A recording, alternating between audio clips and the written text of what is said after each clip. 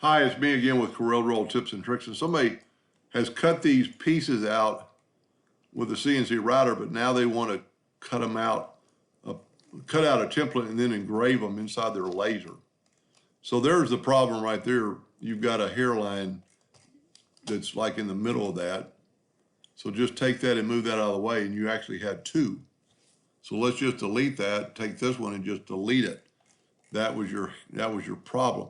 Because these actually have three sets of hairline. Because if we go back, see they're double hairlines and they're all connected together. So let's just do away with that. You've got parts on the giraffe that are going to be engraved, and it might not fit in your pattern. I mean, if we go back to the, well, let's just show you how to make a, so if we'll take this guy, select him, we're going to need to break it apart, ungroup it, use the boundary tool. Let's set our boundary tool like on 7 inches. Grab all the parts and make a boundary around it, move the boundary out of the way, go up to Effects, Contour, and contour 0.05 to the outside. And you have to go to Effects and break contour, or Object and break contour part. Then grab the center one and move it out of the way, and then grab this one and put it back. That's your contour.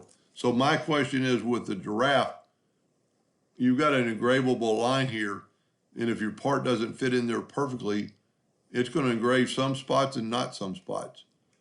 So I would reconsider that on that animal, and if you want, I could help you out with that. But here's these 3 other ones.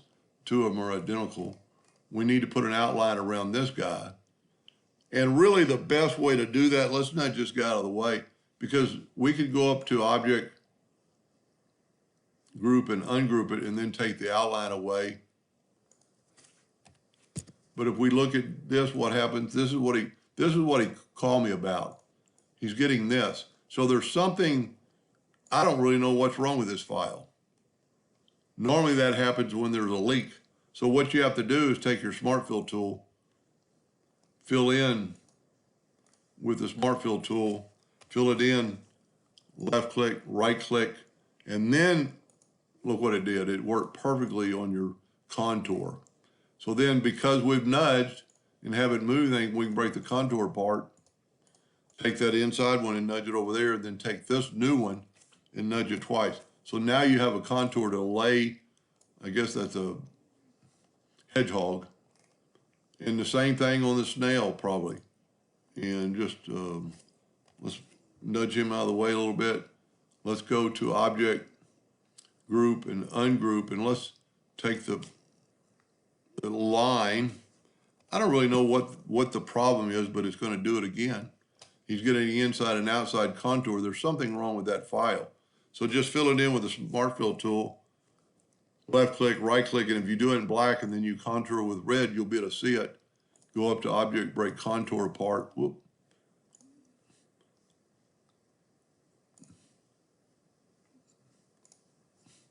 I got the Smart Fill tool selected.